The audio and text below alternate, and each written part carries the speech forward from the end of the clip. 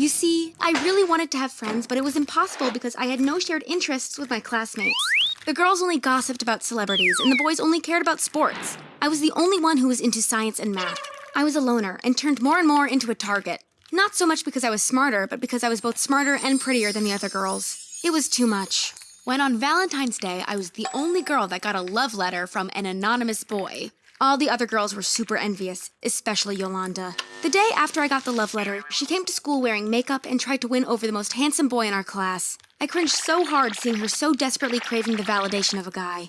But here comes the banger.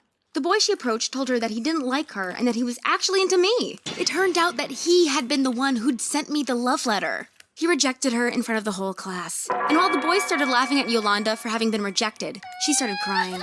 I felt so bad for her. I never wanted to be the special girl or stand out. I wish the boy had never sent me a love letter at all. And you can imagine how after this incident, the girls in my class only hated me more.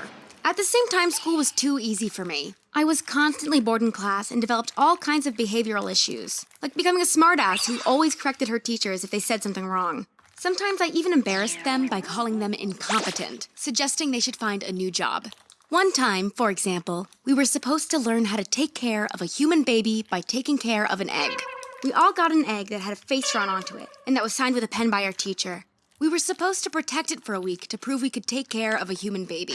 To me, this experiment was perfectly ridiculous and stupid. Obviously, taking care of an egg has nothing to do with taking care of a real human baby. All you have to do is put that egg back into a refrigerator to keep it safe.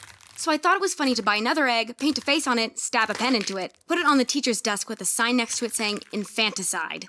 Now, we were only 5th graders, so our teacher immediately knew that this was my work, because none of my classmates even knew what the word infanticide meant. So she turned to me and said, "This will go on your permanent record." I responded that there was no permanent record, and that it was only a made-up myth to scare kids.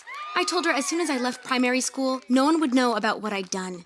She completely lost it. But to me, it was amusing, a welcome change to the usual boredom I experienced in everyday school life. However, worse than being hated by my teachers and ostracized by my classmates was that I've never learned how to focus for long periods of time because I understood everything within seconds. Unlike my classmates, I never had to sit down for several hours to understand something.